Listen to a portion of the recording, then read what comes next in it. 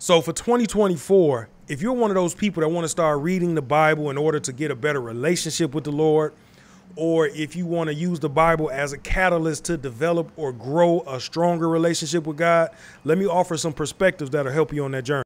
So in the past, you may have picked up a Bible and put it down because the words just sound so crazy. It's who therefore art thoueth and all that stuff. And we don't talk like that. So it's hard to understand, and I get it. So I would say pick a Bible that's easiest to read if you're just not starting off. Or you may have picked up a Bible in the past and you started reading one of the stories and it just sounded so crazy, like so outlandish that it's literally impossible for something like that to happen. And I get that too, because it does sound like that.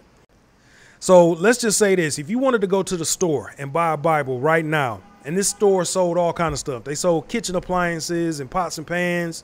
They sold clothes. They sold school supplies. They sold canned goods and foods and stuff like that. And you wanted to buy a Bible from this store, but you didn't know where it was.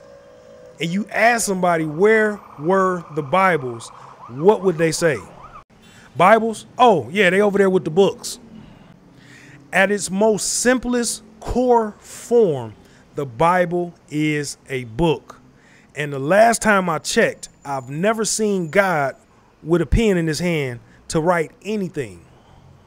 So people wrote it. People wrote the Bible. Now, what's important about knowing that is this. Anything written by people is open for interpretation, because people can be swayed one way or another. People can be influenced. People can have ulterior motives. You just never know when somebody else is writing something, what the angle is that they're writing from. And the Bible is no different. It's still a book. So that means that the Bible is open for interpretation.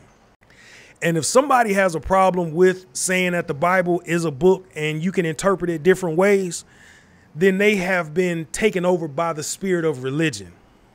That spirit that's so rigid that doesn't leave any leeway for personal thought or personal growth or personal development or anything personal.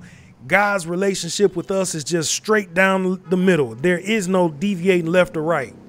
And that's one of the most dangerous attitudes that people can have in the modern time that we live in, is a spirit dictated by religious ideology.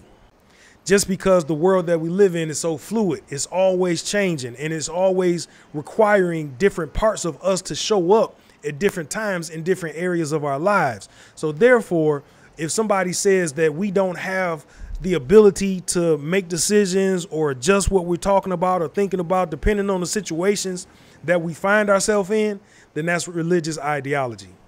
And stay away from that at all costs.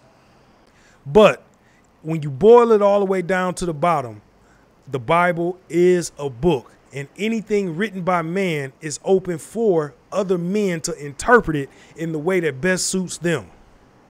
See, it makes no sense to sit up and read something that's not going to benefit us.